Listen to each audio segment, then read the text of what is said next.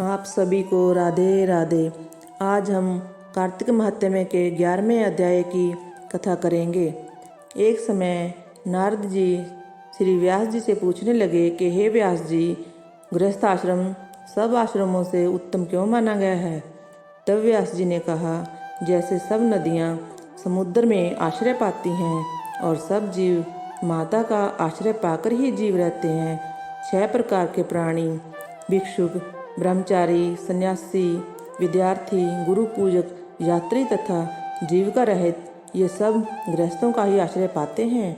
फिर व्यास जी बोले, हे नारद, अब तुम अति पुण्य देने वाले एक प्राचीन इतिहास के बारे में सुनो।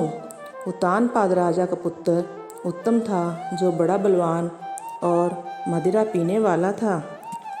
उसने बहुला नाम वाली स्त्री के साथ विवाह किया और राजा रानी दोनों ही अति प्रेम के साथ रहने लगे। एक समय राजा ने वेश्या का नृत्य देखते हुए मदिरा पान किया और रानी को भी मदिरा पान के लिए कहा, परंतु रानी ने उसका कहना नहीं माना। इस पर राजा ने क्रोधित होकर अपने अनुचरों को आज्ञा दी कि वह रानी को किसी निर्जन वन में छोड़ आए। फिर राजा रानी के वियोग में दुखी तो हुआ, मगर उसने दूसरा विवाह नहीं किया और प्रजा की पुत्र के समान पालना करने लगा। एक दिन एक ब्राह्मण राजा के पास आकर कहने लगा कि हे राजन, कोई मेरी स्त्री का अपहरण करके ले गया है। उसके वियोग में मैं अति दुखी हूँ, इसलिए तुम उसे ढूंढ कर लाओ। राजा कहने लगा कि महाराज, मैं नहीं जानता कि आपकी स्त्री कौन, किधर और कहाँ ले गया। मैं आपकी स्त्री को कैसे ढूंढ कर ला सकता हूँ? ब्राह्मण कहने लगा, राजन, छठा भाग लेकर आप प्रजा के रक्षक हैं। मेरी स्त्री घर में सो रही थी, वहाँ से उसे कोई हर कर ले गया है। अब आपका कर्तव्य है कि आप उसे कहीं से भी ढूंढ कर लाओ। राजा कहने लगा कि हे विप्र, मैंने तुम्हारी स्त्री को कभी देखा तक नहीं है। वह कैसे स्वभाव वाली और कैसी रूप वाली है? तब ब्राह्मण बोला कि वह कठोर वचन बोलने वाली, करूपा, काले रंग की तथा कर्कश स्वभाव वाली है, परंतु मैं उसकी कोई निंदा नहीं करता, क्योंकि वह मेरी अर्धांगिनी है। तब राजा कहने लगा कि जब तुम्हारी स्त्री ऐसी कुरूपा और क्रूर स्वभाव वाली है तो तुम उसे लेकर क्या करोगे?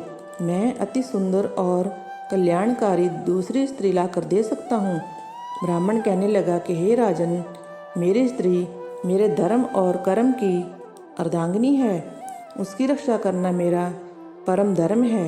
जो पति अपनी स्त्री की रक्षा नहीं करता, उसके वर्ण शंकर संतान उत्पन्न होती है और उसके पितर नरकवासी होते हैं।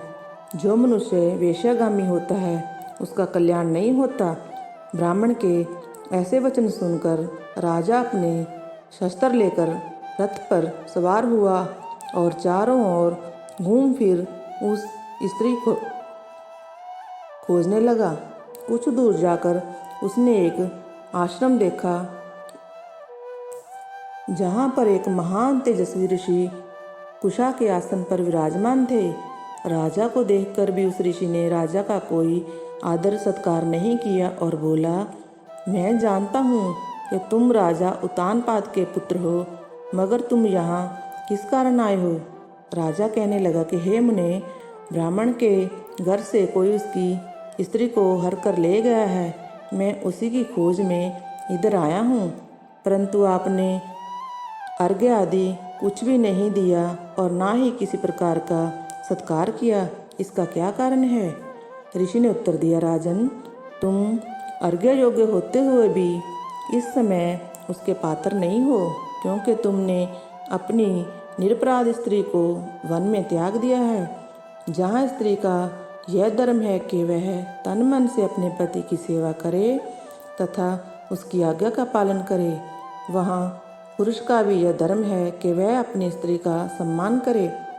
जिस घर में स्त्रियों का मान होता है, वहाँ पर देवताओं का वास होता है। जहाँ स्त्रियों का अनादर होता है, वहाँ कभी सुख शांति नहीं रहती। इतना सुन राजा लज्जा युक्त हो पूछने लगा कि भगवान, आप भूत, भविष्य और वर्तमान तीनों काल को जानने वाले हो, इसलिए कृपा करके बताइए कि ब्राह्मण की स्त्री को कौन और कहाँ हर कर ले गया है। ऋषि कहने लगे कि हे राजन, आदित्य का पुत्र वलाक नाम का राक्षस उस ब्राह्मणी को उत्पलाव्रत वन में हर कर ले गया है। सो जाओ और उसको ढूंढकर ब्राह्मण का संयोग कराओ। राजा ने मुनि को प्रणाम किया और अपने रथ पर सवार होकर मुनि के बताए हुए मार्ग पर वन में जा पहुंचा।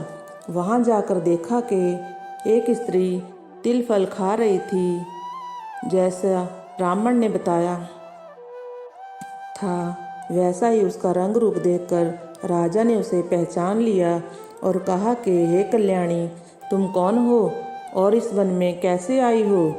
ब्राह्मणी बोली, मैं अतिरात्र ब्राह्मण की पुत्री और विलास पुत्र की स्त्री हूँ।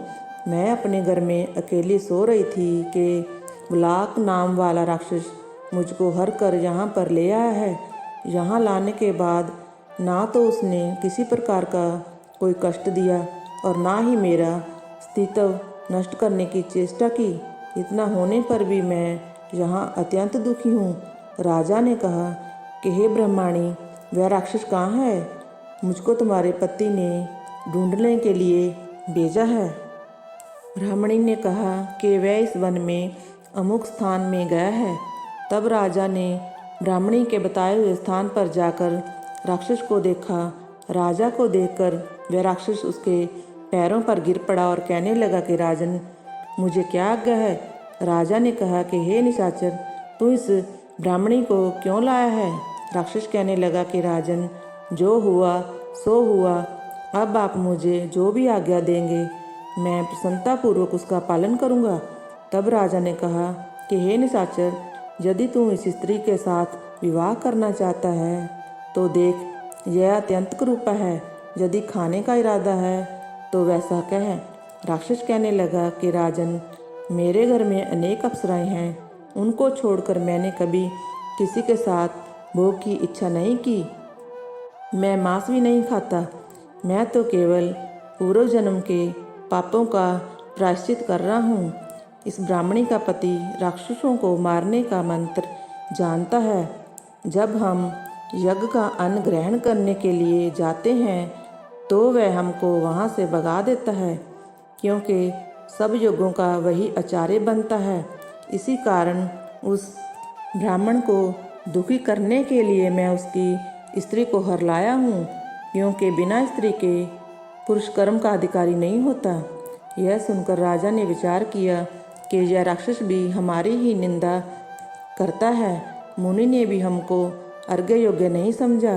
राजा अपने मन में ऐसा विचार कर ही रहा था कि राक्षस कहने लगा कि राजन, मैं आपकी प्रत्येक आज्ञा का पालन करूंगा। इतना कह हाथ जोड़कर खड़ा हो गया। राजा ने कहा कि हे निशाचर, तुम इस ब्राह्मणी को इसके घर छोड़ आओ और जब हम याद करें तब हमारे पास आ जाना। राजा की आज्ञा पाते ही वह राक्षस उस ब्राह्मणी को उसके घर छोड़ने चला गया। तब राजा सोचने लगा कि मैंने अपनी निर्दोष स्त्री को घर से निकाल दिया। अब ऐसा कौन सा पुण्य कर्म करूं जिससे यह पाप दूर हो जाए। तब राजा उस मुनि के पास गया और उनसे अपना कर्तव्य पूछा। मुनि ने कहा कि हे राजन, पुरुष के लिए स्त्री धर्म, अर्थ, काम और मोक्ष सभी कुछ देने वाली है। स्त्री के बिना पुरुष को इस लोक में तथा परलोक में कहीं पर भी सुख नहीं मिल सकता। स्त्री चाहे कैसे खोटे स्वभाव वाली, मूर्ख, कुरूपा, रोगी और दरिद्री क्यों न हो, पुरुष को उसका सम्मान करना ही चाहिए। राजा कहने लगा कि हे मुने, मैंने अपनी निर्दोष पतिव्रता स्त्री को बिना अपराध त्याग दिया है। अब मैं क्या करूं? तब मुनि ने कहा कि राजन, तुम्हारी स्त्री को सतापात नाम के नाग ने वन में घूमते हुए देखा तो वह उसको पाताल लोक में ले गया है। उस नाग की नंदा नाम वाली एक कन्या है। उसने अपने घर में उसको छिपा रखा है। यह सुन राजा वहाँ से अपने घर आया और ब्राह्मण को स्त्री सहित अपने घर में देखकर बहुत प्रसन्न हुआ। फिर राजा ने वलाक नाम राक्षस को याद किया तो वह तुरंत ही राजा के पास आ गया। वलाक को देख राजा ने उसे पाताल लोक से अपनी स्त्री को लाने का आदेश दिया। इसके बाद वह राक्षस पाताल लोक गया और वहाँ से राजा की स्त्री लाकर उसको सौंप दी। नारद जी कहते हैं कि हे राजा पृथु, हमने तुमको गृहस्थ महात्म्य। फिर राजा रानी बड़े प्रेम से रहने लगे। नारद जी कहते हैं कि हे राजा पृथु, हमने तुमको गृहस्थाश्रम महात्म्य अति विस्तार सहित सुनाया। अब और क्या सुनने की इच्छा है सो कहो। इस प्रकार 11वां अध्याय समाप्त हुआ। बोलो बांके बिहारी लाल की जय। ऐसी ही बहुत सारी वीडियोस देखने के लिए चैनल को सब्सक्राइब करें और वीडियोस को लाइक करें।